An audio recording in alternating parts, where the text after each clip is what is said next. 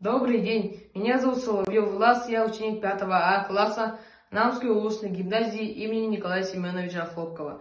Тема моего доклада – история возникновения псевдонимов. В переводе с греческого «онима» значит «имя», а «псевдо» означает «ложь». В литературной энциклопедии дается следующее определение псевдонима. Вымышленное имя, заменяющее собой настоящее, которое по тем или иным причинам надо скрыть. Цель работы – исследовать, выявить и систематизировать образование псевдонимов. Задачи – собрать материал по теме, проследить историю и причину возникновения псевдонимов, исследовать способы и условия возникновения псевдонимов якутских писателей. И в результате исследования установить основные группы псевдонимов якутских писателей. Объектом исследования являются псевдонимы известных якутских и, в частности, местных писателей. Актуальность исследования представляется в том, что современный человек не мыслит свою жизнь без компьютера. Мы общаемся через интернет, используя логины, пароли и ники, так называемые псевдонимы. Наука о псевдонимах называется псевдомастикой или псевдонимикой, то есть наука о вымышленных именах возникла в эпоху Возрождения. Работает над картотекой псевдонимов якутских писателей, я пытался классифицировать их по разным признакам и определить основные группы. Группы псевдонимов и способы их образования, а также рассказать о версиях происхождения некоторых из них. В качестве примера я расскажу о нескольких псевдонимах. Первая группа – псевдонимы по характерным признакам человека.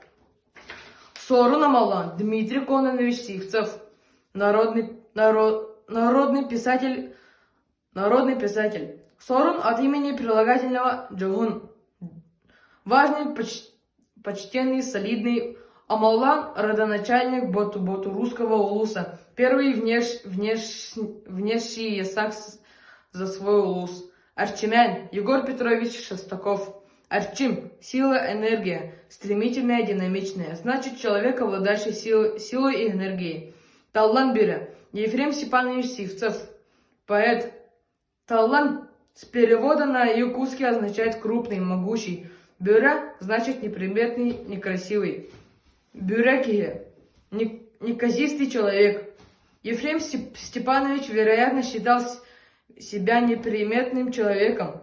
При этом добавил слово «талант». Этим он определил себя особо неказистым.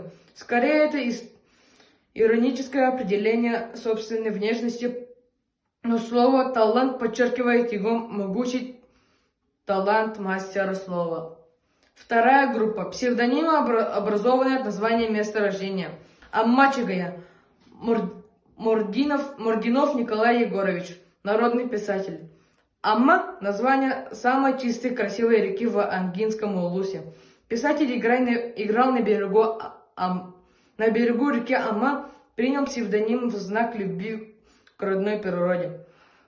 Берияк Алексей Алексеевич, поэт. Родился в Усть-Алданском улусе, в наследии Берия. Барагонской Васильев Сергей Степанович, поэт. Бараган – название поселка в Усть-Алданском улусе, где родился поэт.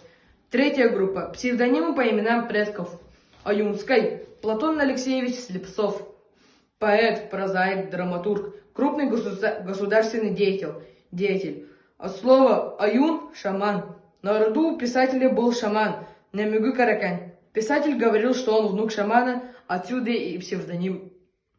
Акшикулях Алексей, Кулаковский Алексей Елисеевич, основатель якутской литературы. Акшикуль – так называется птица орла в якутском фольклоре. Акшикулях Семен, родственник писателя, образованный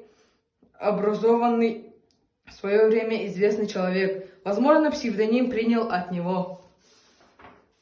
Эллей Кулачиков Серафим Романович, народный поэт. Эллей Передель Якутов впервые заселился в долине Туймада реки Лена. Эллей впервые построил дом, смастерил стул, посуду. Эллей первый кузнец. Четвертая группа. Псевдонимы, образованные от названия явлений природы. Чесхан Заблодский Николай Максимович. Чесхан, холод, мороз, стужа, сопровождаемым резким пронизывающим ветром. Бал Хаброс.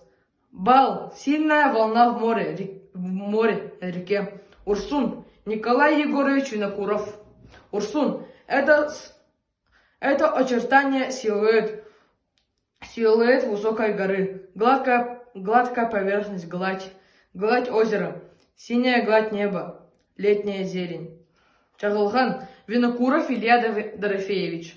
Чагылган в переводе с якутского означает молния. Действительно, творчество писателя Ильи Винокурова Чагылгана было таким же ярким и молниеносным и запоминающимся. Пятая группа. Псевдонимы, образованные от предметов названий, имеющих отношение к природе. Ноалур. Иван Герасимович Иванов. Поэт, прозаик. Ноалур. Мягкое, нежное оперение птиц. Возможно, псевдоним характеризует мягкий, добрый нрав писателя. Чангачах. Бубякин Иван Афанасьевич. Поэт. Чангачах. Пень. Пень от большого дерева. Стоит долго. Стремление к долгожительству и большому творчеству побудило писателя взять к себе этот псевдоним. Уджархай. Алексей Михайлович Татаринов. Поэт. Уджархай. Корневое утолщение березы. Особо ценится у мастеров-умельцев тем, что является весьма редким и славится крепким прочным материалом. Обычно из него делают рукоятку ножа, посуду. Писатель взял этот псевдоним, чтобы творчество было таким же красивым и вечным. Псевдонимы заслуживают изучения, как один из важных факторов литературной жизни всех времен и народов. Думаю, что знакомство с такой интересной темой расширит кругозор любителей литературы. Псевдонимы продолжают жить своей жизнью. Звучное и оригинальное имя для творческого человека – подчас половина его успеха. Остальное зависит от самого автора. Спасибо за внимание.